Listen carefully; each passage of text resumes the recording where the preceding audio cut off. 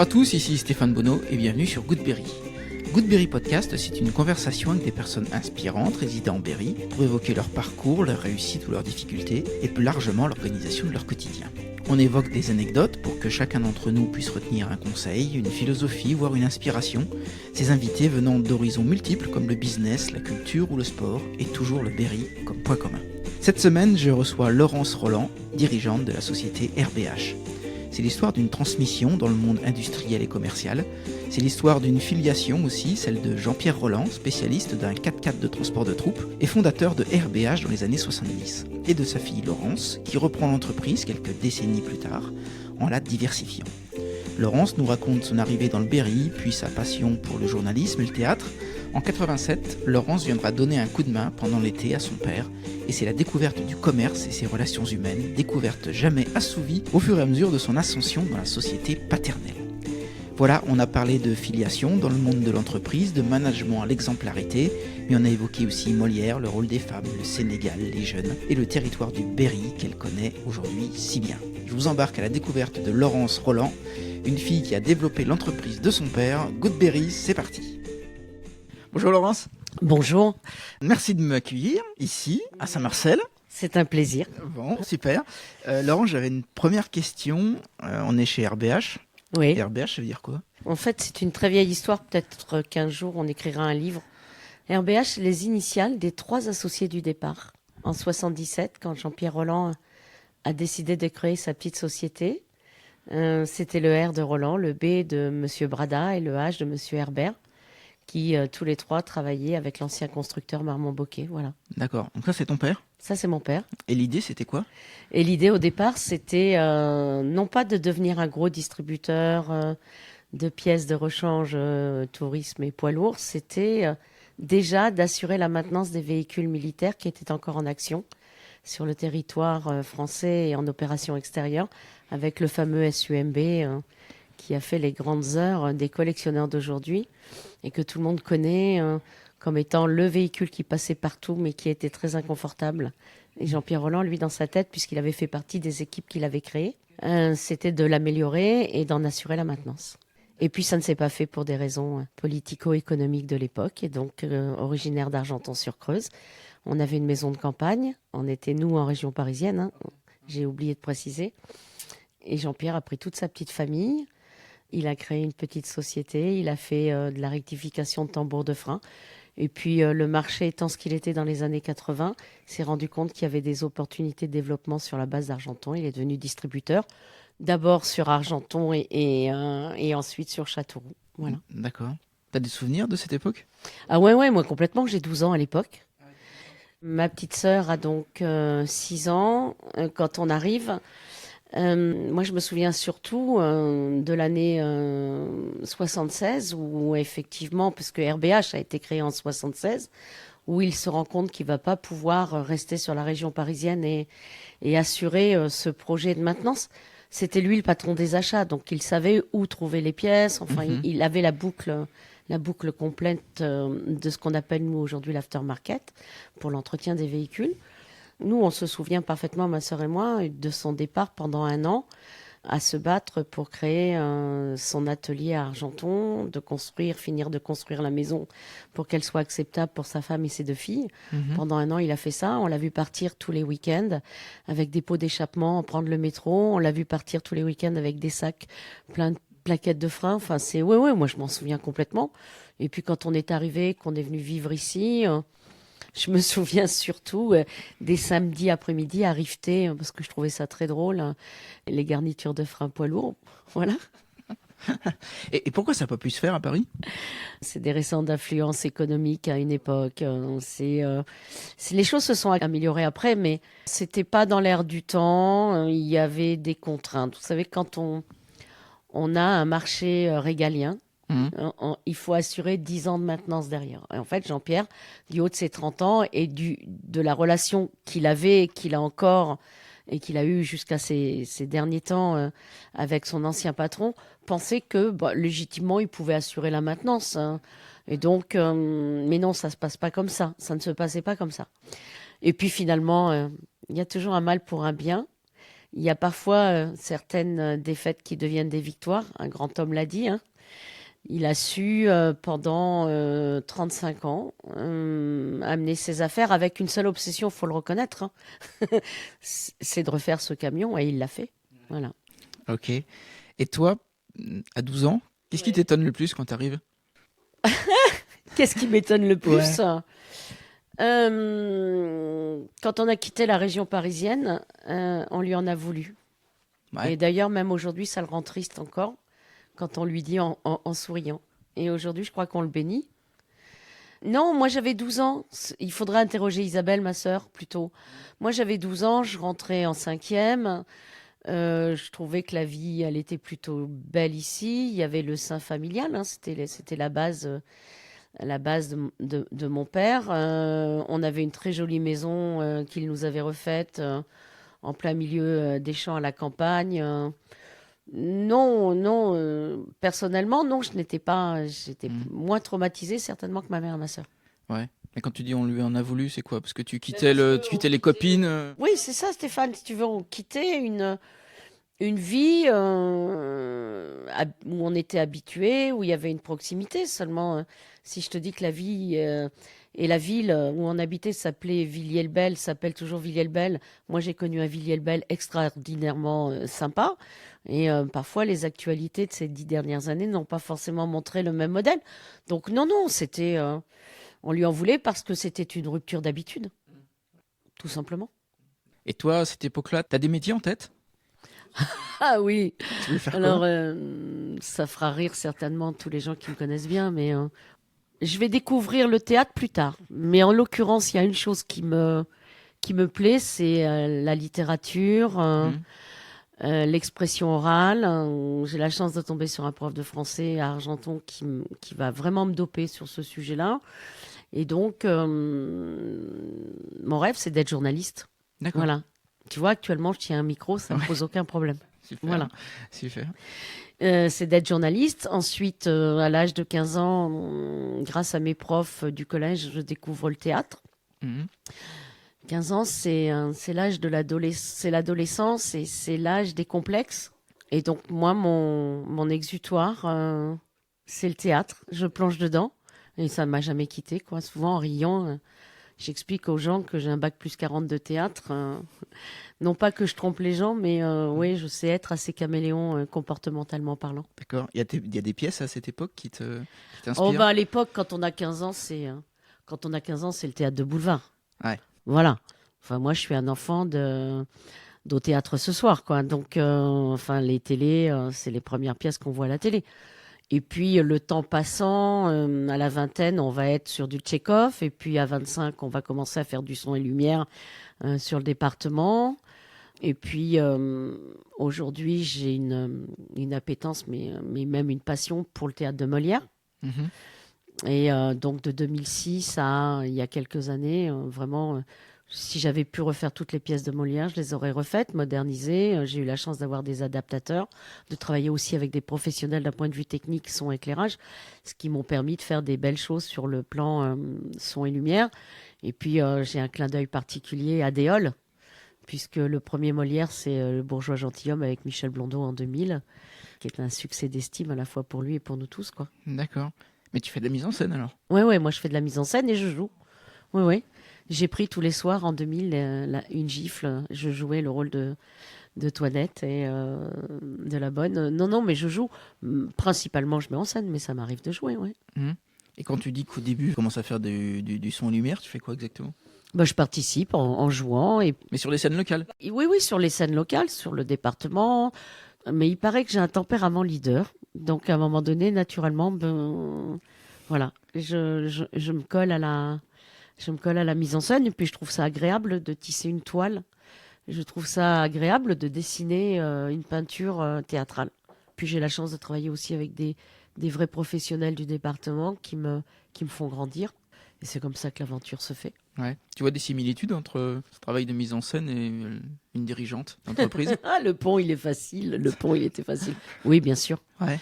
Oui, bien sûr. Oui, bien sûr. Bon, il y a des limites. On pardonnera à un metteur en scène par l'art qu'il va diffuser un certain nombre de choses. Un dirigeant, oui. Enfin, un dirigeant aujourd'hui doit faire preuve plus d'arrondi, je veux dire, qu'à une certaine époque. C'est tant mieux.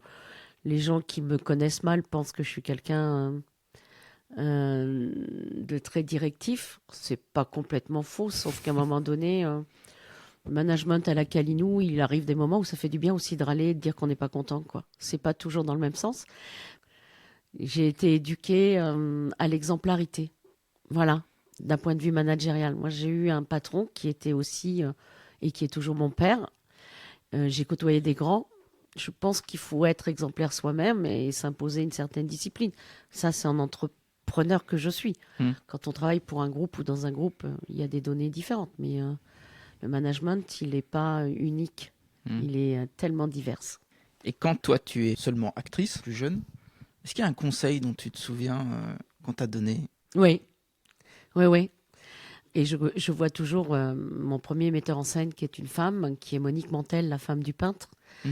Garde tes mains, ne bouge pas, sois ferme sur tes pieds, regarde les gens droit devant et voilà, prends plaisir. Ouais, ça, je me souviens de ça, ouais. La scène, ça n'a jamais été une difficulté pour toi? Moi, moi, je suis une timide que les autres ne voient pas. C'est vrai.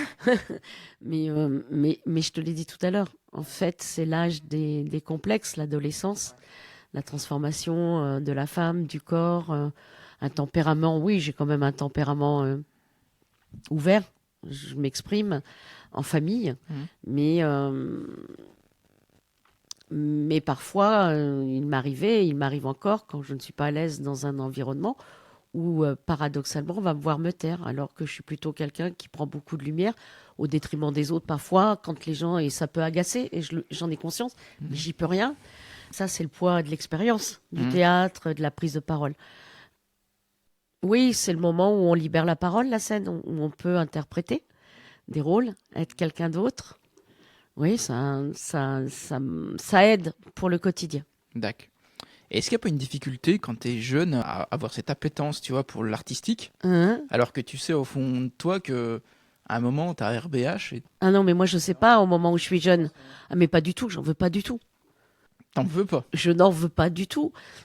En famille, nous les filles, on est ultra protégées par nos parents qui ont un équilibre amoureux, familial extraordinaire. C'est un exemple pour nous.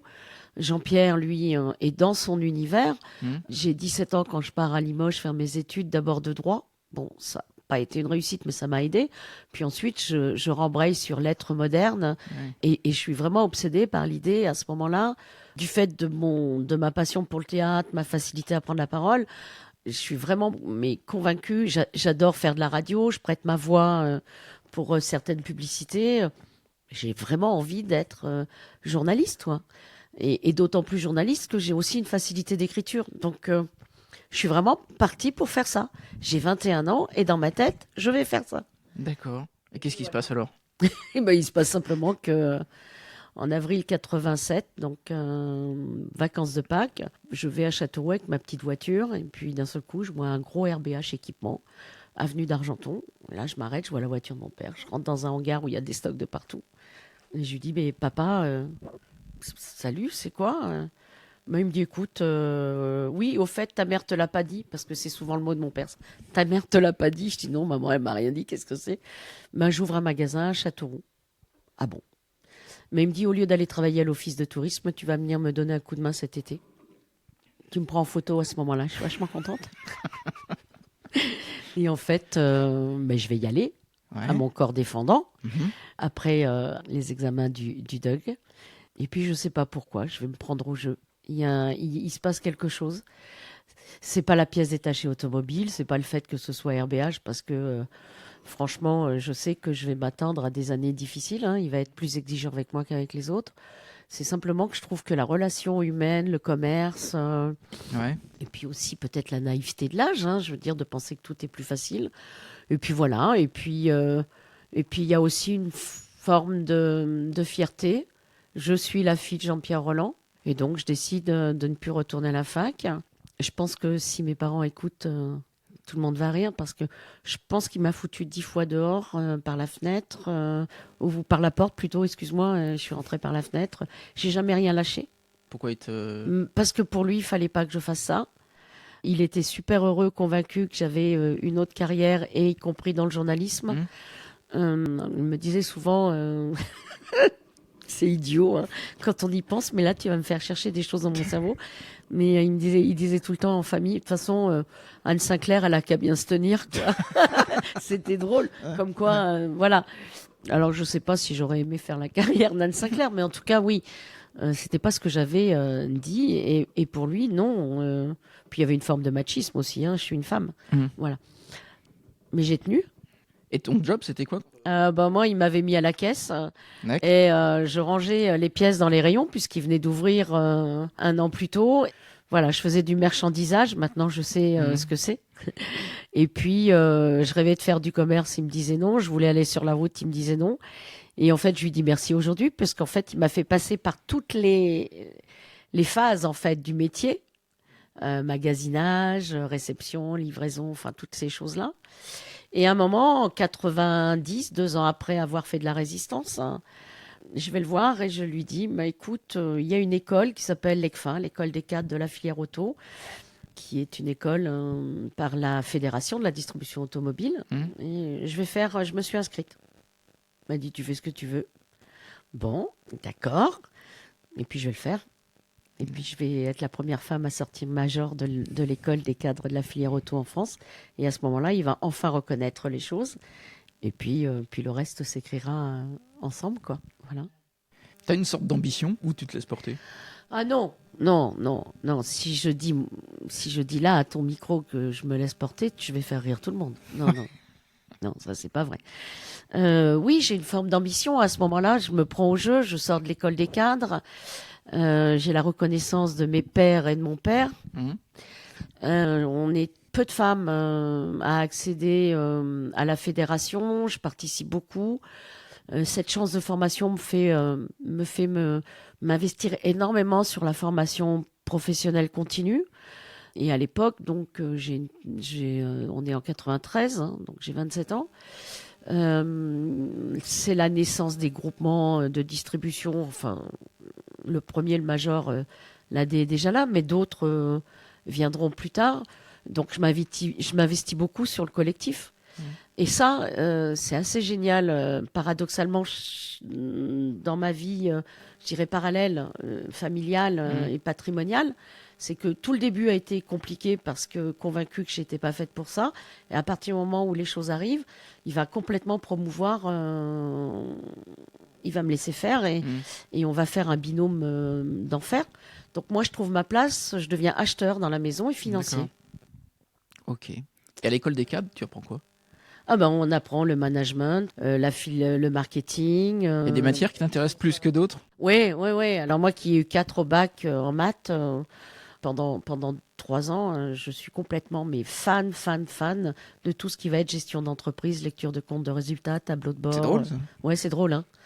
Je m'éclatais à faire des audits. Voilà. Et puis l'achat, négocier. Après, tout le panel d'une vie d'entreprise, de distribution ou d'entrepreneur lié au commerce, c'est intéressant. Acheteur, négociateur, il y a une partie de théâtre? Ouais, j'aime bien. Quand j'ai après, voilà.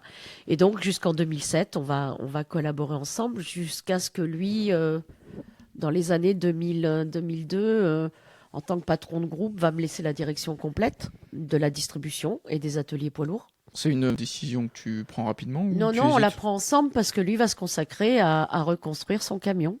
Il est idée fixe. Si on doit faire un flashback, en 82, il fait quand même une première fois le Dakar pour prouver que le châssis et le véhicule tient la route. Ok. En 85, il va remettre le couvert, aidé par des industriels de l'Indre, dont Pierre Patrijon. J'ai une pensée pour lui quand je t'en parle aujourd'hui parce que c'est quand même un homme qui aura compté. Marcel Brimont, il va mobiliser toutes les forces autour de lui pour créer le prototype de la suite du SUMB, du Marmont-Bocquet. Il faut le dieseliser. Donc, ils vont faire le proto, qui va s'appeler Brimaro, et puis ils vont l'engager au Dakar 85 avec Son meilleur ami est pilote du 82, Armel Lutin, qui est à l'école de cavalerie de Saumur. Et là, il va faire l'assistance d'un véhicule qui s'appellera le Peugeot P4 et qui deviendra la Jeep de l'armée française, quoi. Voilà. Et donc, il est vraiment obsédé par ça. Il prouve que le véhicule peut se remanufacturer, rétrofiter. Aujourd'hui, les gens savent de quoi on parle. Il y a 30 ans en arrière, on n'en parlait pas. Malheureusement, il n'aura pas le marché. Toujours le poids des grands contre les petits. Même si David finit par gagner contre Goliath, ça met du temps. Et puis, en 2002, c'est l'externalisation des services sur tout ce qui va être maintenance militaire. Enfin, le président... c'est l'accessibilité. Ouais, c'est l'accession du président Chirac qui va ouvrir au PMI local. Il va y avoir une mutation sur ça. Et lui, il va naturellement reprendre son ADN parce que c'est son ADN naturel professionnel. Moi, je gère toute la partie distribution. Et lui, il est basé à Argenton. Je suis sur la plateforme de Châteauroux. Et à ce moment-là, il va se jeter à corps. Alors, on gagne bien notre vie. On est bien implanté sur le marché. Voilà, on est plutôt en forme. Plutôt une entreprise en forme. Et à ce moment-là, il va partir à la conquête de ces marchés. Il va vraiment se consacrer avec une équipe à lui sur l'usine de Tenay. Donc, c'est la première qu'il achète.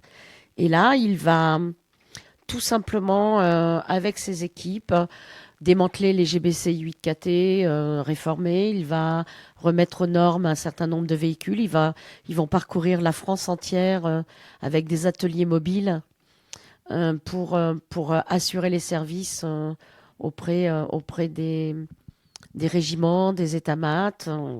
Et il va être dans son élément, puisque de toute façon, c'est la passion de sa vie. Et parallèlement à ça, sans rien dire, il va faire son prototype technique.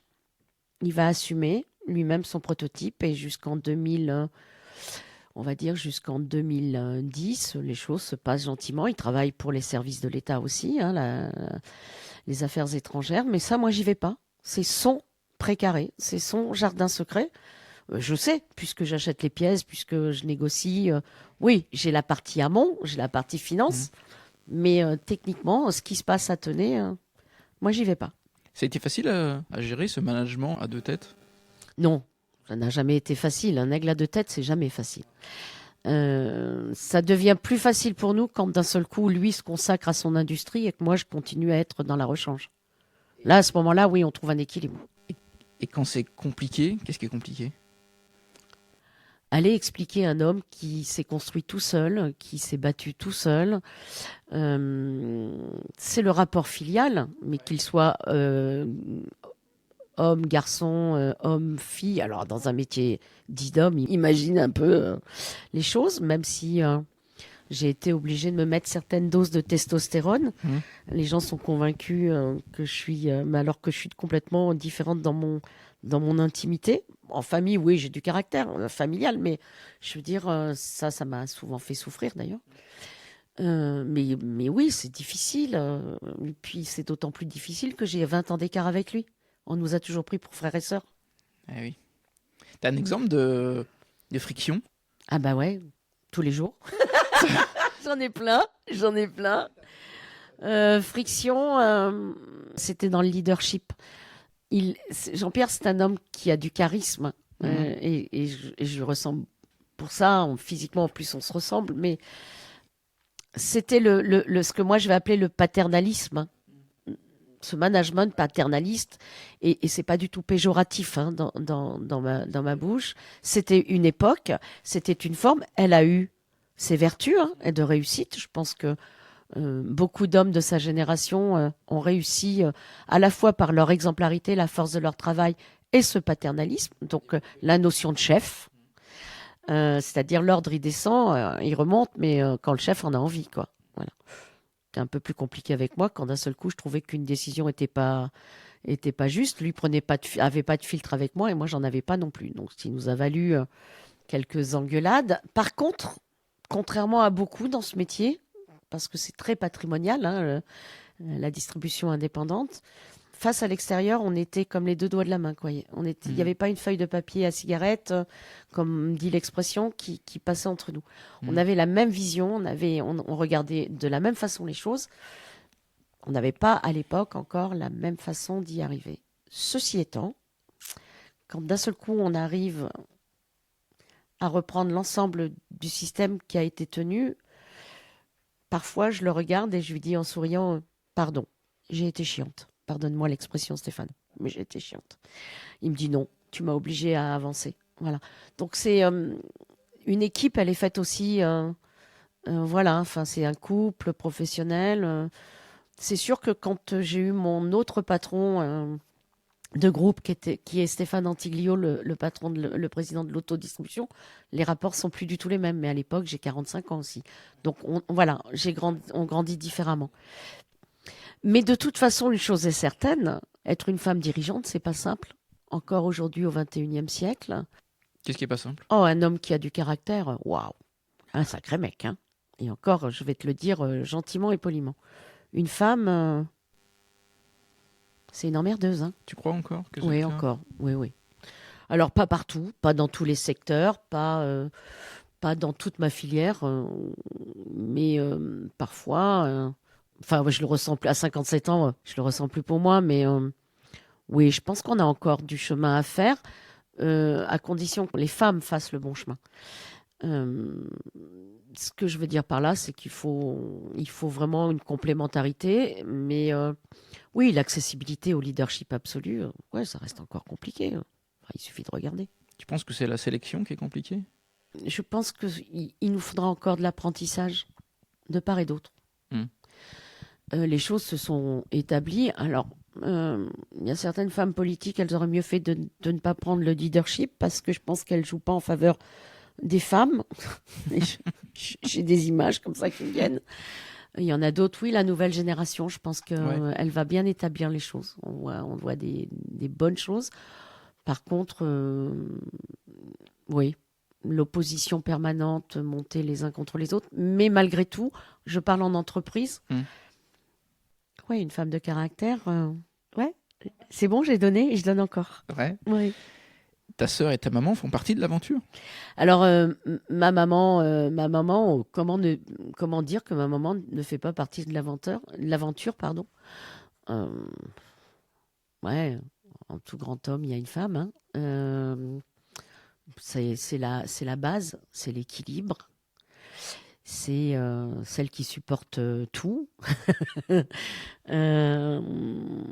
C'est le grand amour de mon père aussi. Donc, c'est la seule femme véritablement devant qui il ne dit rien.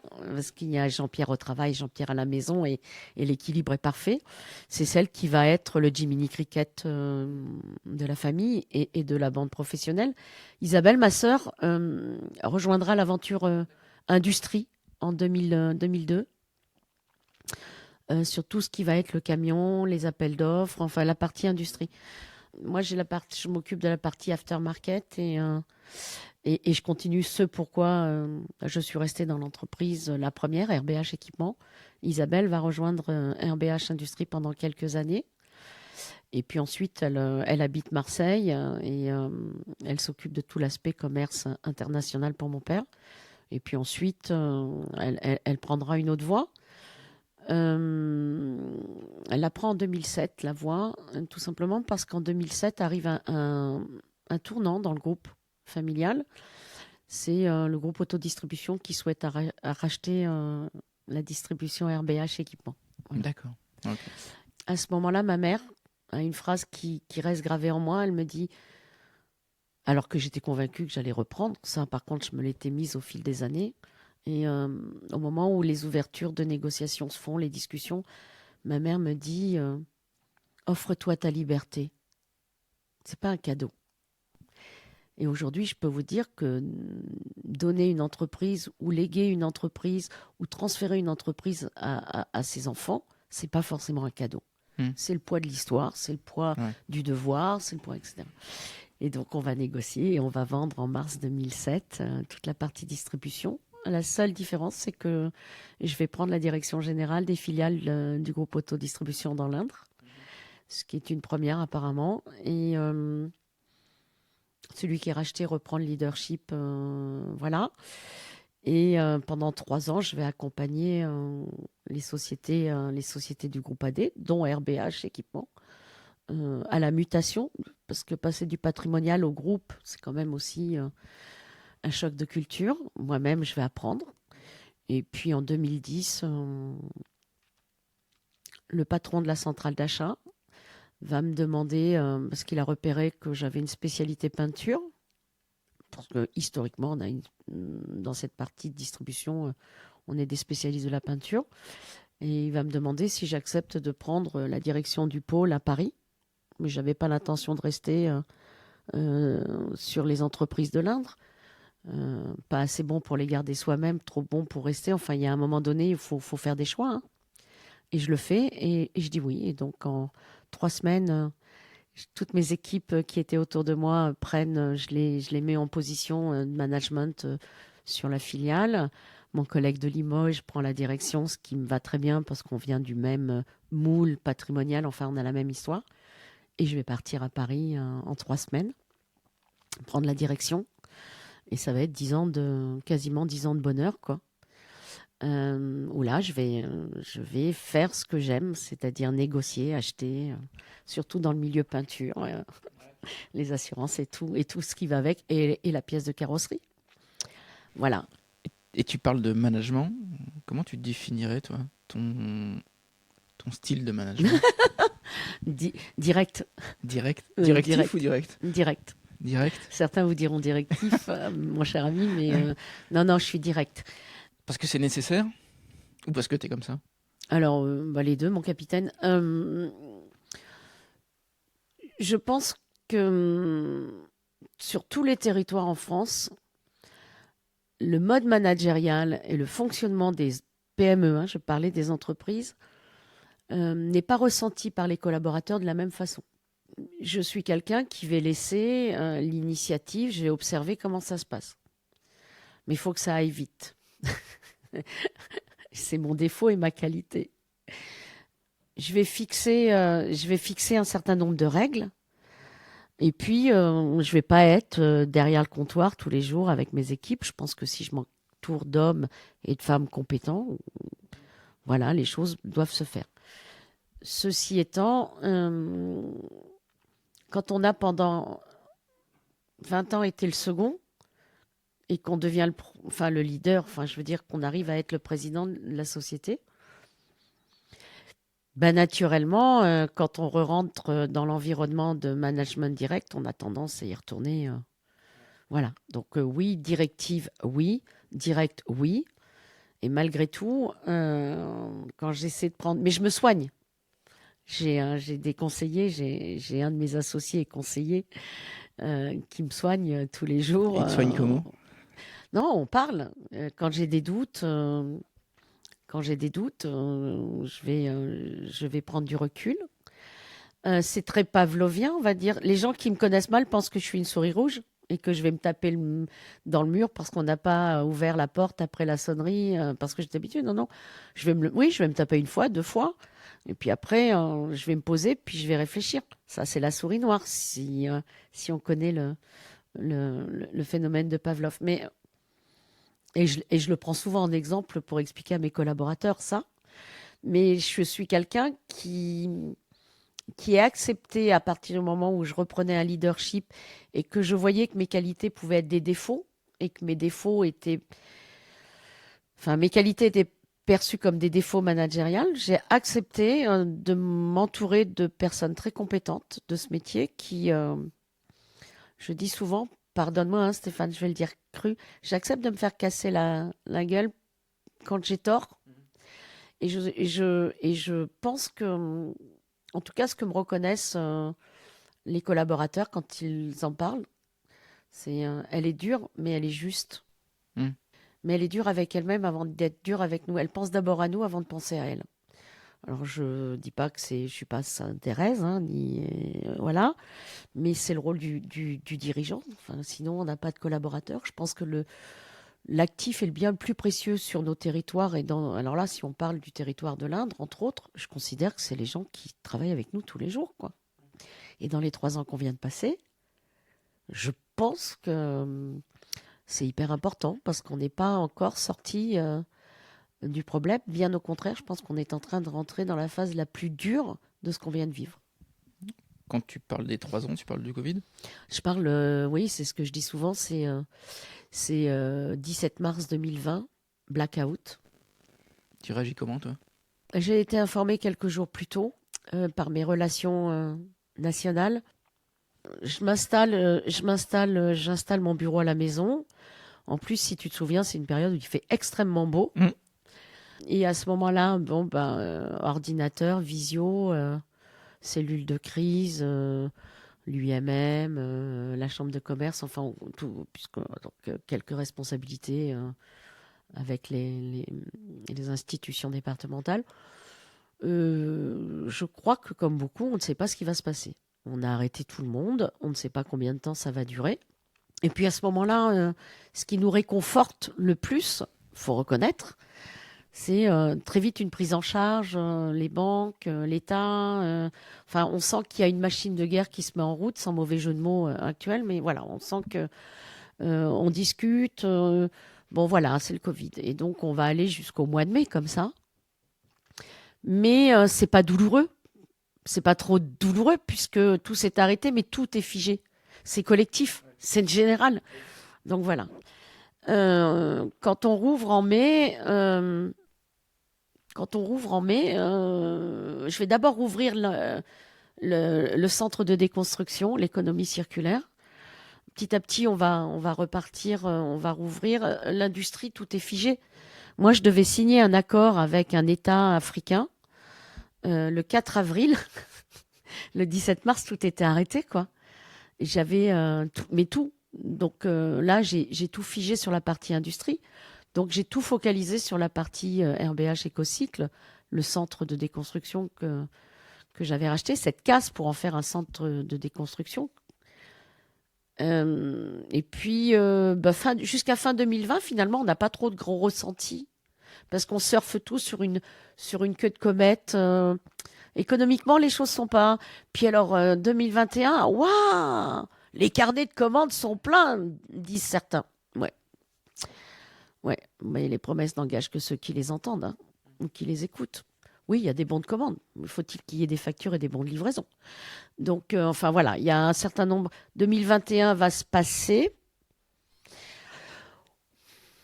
Sur la partie économie circulaire, on a les restes et les fins de prime à la conversion. On a les choses qui se font, ça bouge encore.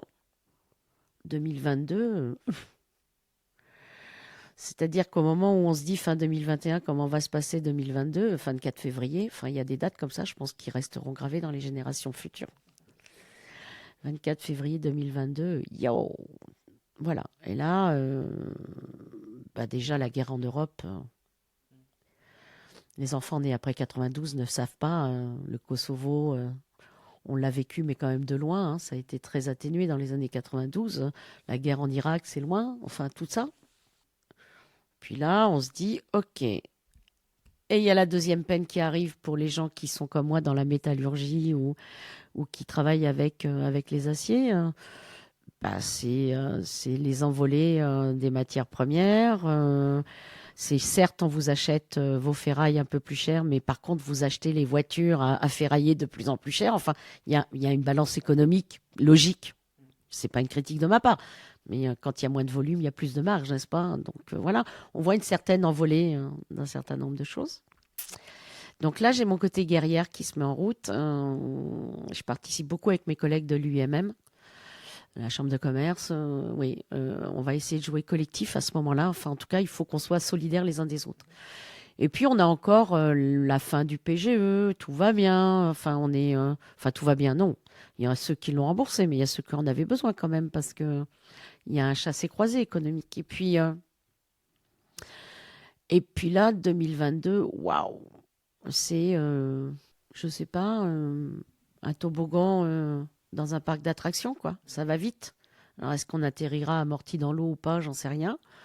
Mais là, oui, on commence à regarder les choses les uns les autres avec une certaine inquiétude. Ce qui me choque le plus alors ce qui n'est pas du tout mon cas, même si parfois je suis très fatiguée, j'ai le moral en berne et fatiguée de porter à bout de bras les choses.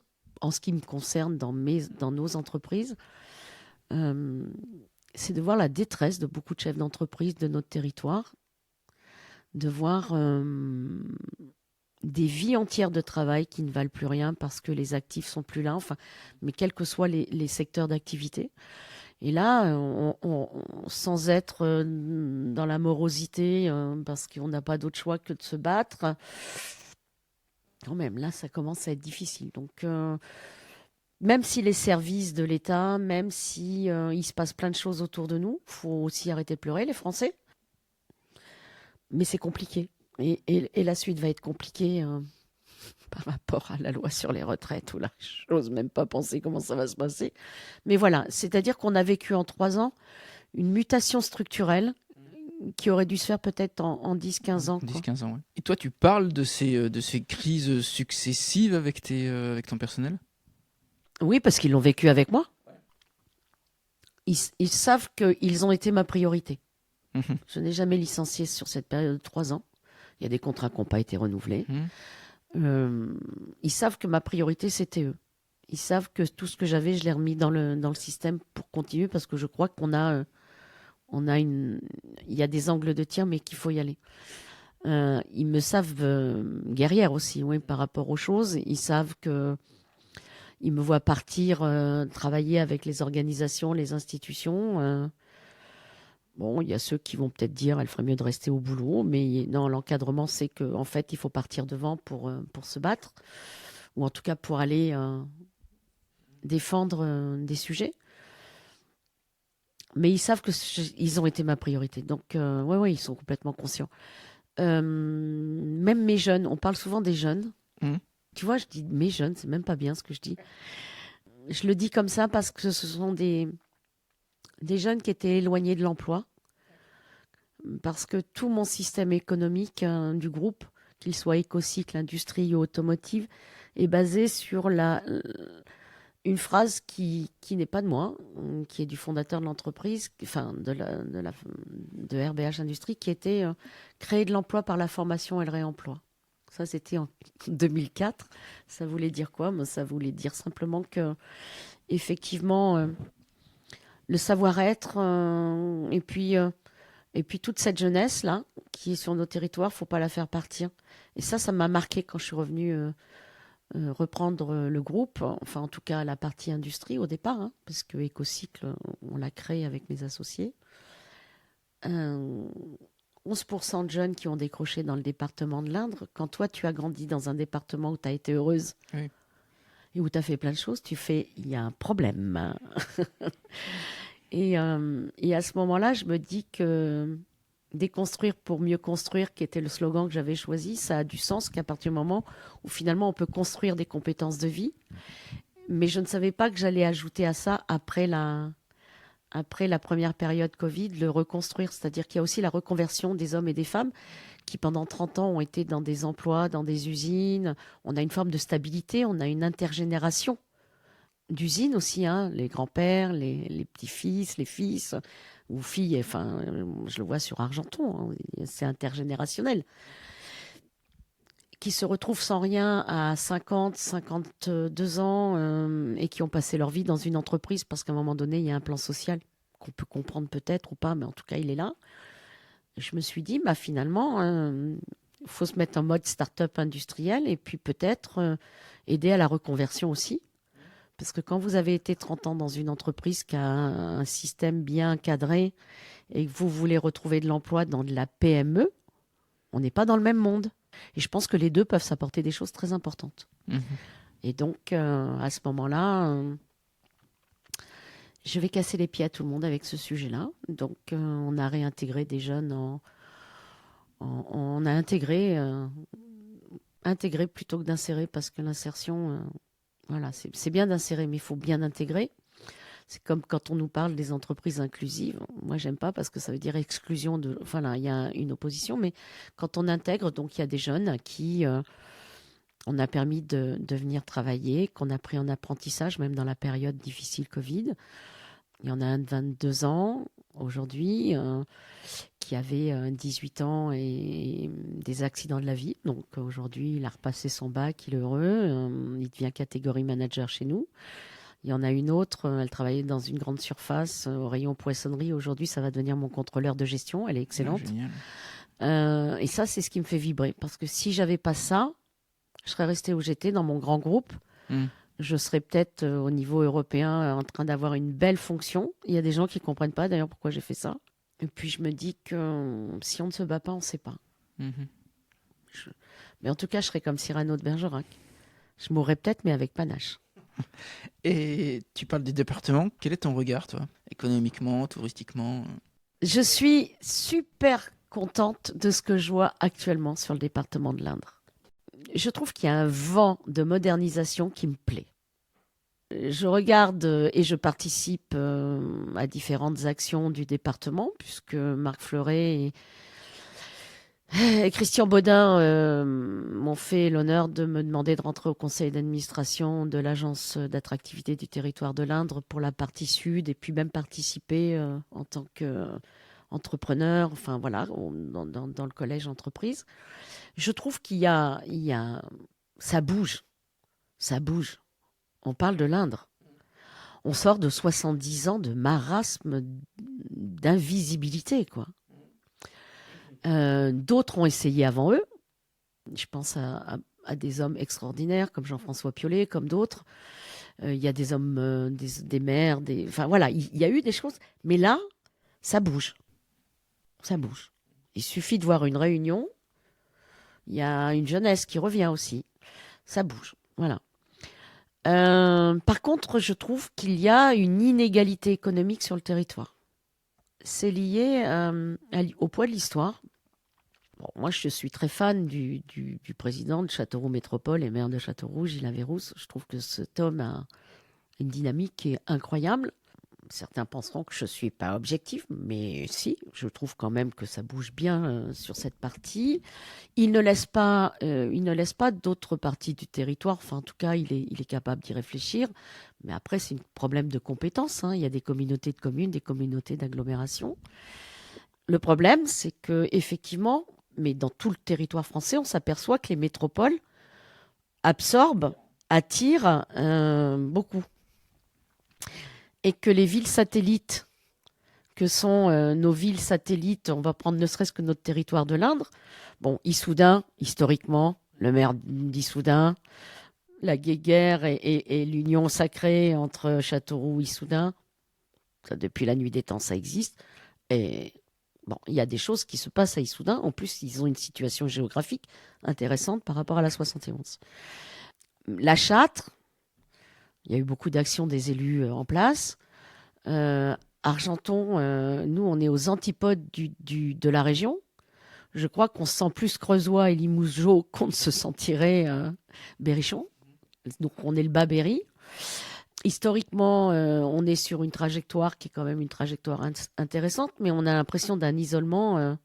Voilà, c'est pas moi qui le dis, c'est des responsables commerciaux de la ville qui l'autre jour m'ont dit, mais on a un sentiment d'isolement. C'est-à-dire qu'à un moment donné, et je prends le Blanc qui est pas loin, enfin qui est plus proche de Poitiers, voilà, les villes périphériques deviennent des villes de bien vivre. En plus, on a un poids historique d'histoire. Et c'est pas moi qui vais te dire que je suis pas fière des 470 châteaux forts qu'il y a dans l'Indre, qu'on a un patrimoine historique extraordinaire. On est à la croisée des chemins. On peut refaire l'histoire de France rien que sur notre département. C'est génial. Donc l'attractivité a su faire ça, c'est-à-dire montrer l'attractivité touristique. Voilà. Châteauroux fait l'économie. Quid des satellites? Est-ce qu'il va falloir qu'on fasse notre deuil? Alors bon, on peut prendre la voie ligérienne qui est en train de se mettre. Je pense que c'est une question de dynamisme et de cohésion. Et c'est là où la politicienne doit s'arrêter pour l'intérêt collectif. Quand on habite Aigurande, quid de la mobilité pour aller travailler à Châteauroux? Combien ça coûte? est-ce qu'on va travailler? Et puis le Covid a donné un élément avec 70%, certains ont de salaire, et je ne suis pas d'accord avec le principe de vivre qu'avec peu de choses. Hein. Je serais assez combattante pour la réévaluation, les choses, enfin la justice sociale, mais la vraie, pas la fausse. Comment on fait quand on a 3 enfants qui vont faire des études, qu'on doit aller travailler à Châteauroux, qu'on va dépenser X centaines d'euros, etc. Il y a un sujet actuellement, c'est le problème de la mobilité. On le voit pour les jeunes. On le voit pour les jeunes qui habitent Châteauroux, que je voudrais former moi, pour leur permettre d'avoir une formation dans un métier qu'ils aimeraient avoir. Ah ouais, mais il faut prendre... voilà, c'est le problème de la mobilité. Prendre le train pour venir à Argenton tous les jours, c'est compliqué. Ou venir en voiture, ça coûte cher. Donc, on dit, on va vous faire des... Donc, beaucoup de chefs d'entreprise comme moi, je pense à mon amie Laure Catoire à Martizé, elle a carrément fait des logements pour pouvoir accueillir les apprentis. Donc, on trouve des solutions. Il y a une solidarité, il y a un collectif qui se met en route, il y a des choses qui sont très fortes, tous ensemble. Ça bouge, mais aurons-nous les moyens de continuer à bouger par rapport à ce qu'on vit sur l'international, quoi, pour beaucoup. N'oubliez pas que l'industrie indrienne, c'est essentiellement les sous-traitances premier et second rang en aéronautique et en filière auto. Donc tout ce qui est lié à la métallurgie et à l'automobile, par exemple. Laurence, pour finir, j'ai quelques petites dernières questions. Est-ce que tu as un échec? Alors c'est pas trop l'échec qui est important, mais c'est comment tu as surmonté cet échec? L'échec, c'est d'avoir réussi à signer le bon de commande fin 2017 pour 50 véhicules et tout était en ordre de marche. C'est-à-dire que j'avais fini de mettre le point sur le i, comme dirait Cyrano, de l'aventure familiale au départ, et mon père en particulier. Et puis de voir le non-respect de ce bon de commande, ouais, ça a été dur à ce moment-là. Ouais. C'est j'arrête ou je continue et heureusement j'ai été entourée de l'homme de ma vie, de ma famille. J'ai préservé mes parents de ça parce qu'ils s'inquiètent. Mais ouais, voilà. Mais oui, ça c'était dur parce que c'était créateur de 20 emplois. C'était voilà, oui, c'était dur. D'accord. On a parlé théâtre. Ouais. On n'a pas parlé musique. Ah. Qu'est-ce que tu écoutes en voiture? Qu'est-ce que j'écoute en voiture? En voiture ou ailleurs? Je vais écouter du Slimane, j'aime beaucoup. D'accord. Je vais écouter du Barbara, je vais écouter... je suis très éclectique en fait. Ouais. J'ai une playlist qui fait hurler ma nièce de rire à 23 ans quand elle l'entend. Mais non, j'aime pas ce qui me casse les oreilles. J'aime beaucoup ce qui vient du continent africain, mais je suis subjective puisque j'ai mon cœur est... Moi, j'ai un pied entre deux rives. J'aime depuis toujours ce continent, donc c'est ce pourquoi j'ai fait ce camion. Mais voilà. Mais sinon, non, j'ai pas de... Je suis très chanson française, par contre, ouais. J'aime bien. Voilà. Si tu avais une pièce à conseiller à ma fille, tu vois, ma fille, elle a 12 ans, si je devais lui dire, tiens, pour que tu aimes le théâtre, il faut voir cette pièce-là, qu'est-ce que tu me conseillerais? Sur le classique, Le Malade imaginaire. The Best. D'accord, The Best. Et Cyrano de Bergerac, oui. J'y conseille dans la foulée, quoi. Ok, super. Est-ce que tu as une maxime ou une citation que tu aimes bien, Laurence? Ne jamais se fier aux apparences. Les gens qui me rencontrent pour la première fois ont une image de moi qui me fait parfois sourire. Et mes proches disent, mais vous savez pas, mais elle a un deuxième cerveau, quoi. Voilà. Comme beaucoup de femmes, d'ailleurs, messieurs. Tu parlais de l'Afrique. Si tu me conseillais d'aller en vacances en Afrique, il faudrait aller où? Depuis toujours, j'aime ce continent. Depuis l'aventure Dakar 82, j'aime ce continent. Alors, moi, je te conseillerais, alors surtout pas malheureusement d'aller dans les zones un petit peu compliquées en ce moment, même si c'est certainement un des plus beaux pays du monde, c'est le Mali. Moi, je te conseille d'aller au Sénégal, de faire les réserves ornithologiques du Djoudj et du Ciné Saloum. C'est de découvrir rapidement Dakar parce qu'il y a une histoire qui nous lie, etc. Et puis de t'enfoncer dans les villages sérères, de faire ce Sénégal qu'on a souvent pris comme un tourisme de masse, alors qu'il est d'une qualité extraordinaire. Et puis une incursion en Casamance, c'est un grand moment de vie, quoi. Voilà. Mais ça, tu pourras le faire avec moi et mes camions quand je vieillirai là-bas, quoi. Tu penses vieillir là-bas? Quand les miens, malheureusement, pour certains, seront plus là, ou en tout cas qu'on pourra organiser la vie de chacun, parce qu'il y a une vie de famille, et nous, on est très attachés à ce clan familial. Oui, en tout cas, je partagerai ma vie entre les deux, ouais, ça c'est clair, parce que c'est un havre de paix. D'accord, super. Dernière question, Laurence, qui est toujours la même sur le podcast, c'est quel est ton endroit préféré dans le Berry? Waouh! C'est dur, ça. Ouais, c'est dur parce qu'il n'y en a pas qu'un, mais je dirais la boucle du pain, et je dirais l'église de Saulmont, la magnifique chapelle de Saulmont, quoi. Voilà, la boucle du pain, parce que c'est l'endroit, c'est tout simplement l'endroit qui a été peint par les plus grands, et entre autres Manet, je crois, et que quand on la voit exposée au musée à Saint-Pétersbourg ou à Vienne, je sais plus, je me souviens pas, j'ai fait les deux pays, je vais être inculte, je vais faire hurler les spécialistes, mais en tout cas qu'on la voit peinte comme ça, on fait waouh, voilà. Et en plus en famille, on adore cette historiquement, puisque ma famille est une très vieille famille du département, c'est toujours l'endroit qu'on a montré aux gens qui découvraient l'Inde. Ouais, j'aime bien cet endroit, il est assez solitaire. Ok. Merci Laurence en tout cas. Merci à toi. Très, très inspirant en tout cas. Bah, je ne sais pas. Mais si, je te le dis. Bah écoute, c'est cool. À Merci bientôt. beaucoup, salut. Au revoir.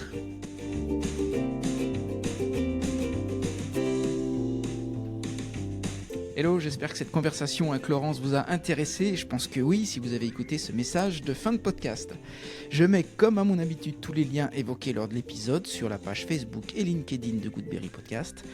N'hésitez pas à mettre des commentaires sur les posts, ça aide aussi à le faire connaître. Et n'hésitez pas non plus à m'envoyer des noms d'invités que vous souhaiteriez entendre sur Goodberry. Je vous retrouve lors d'un prochain épisode avec un invité très inspirant. D'ici là, portez-vous bien et inspirons-nous.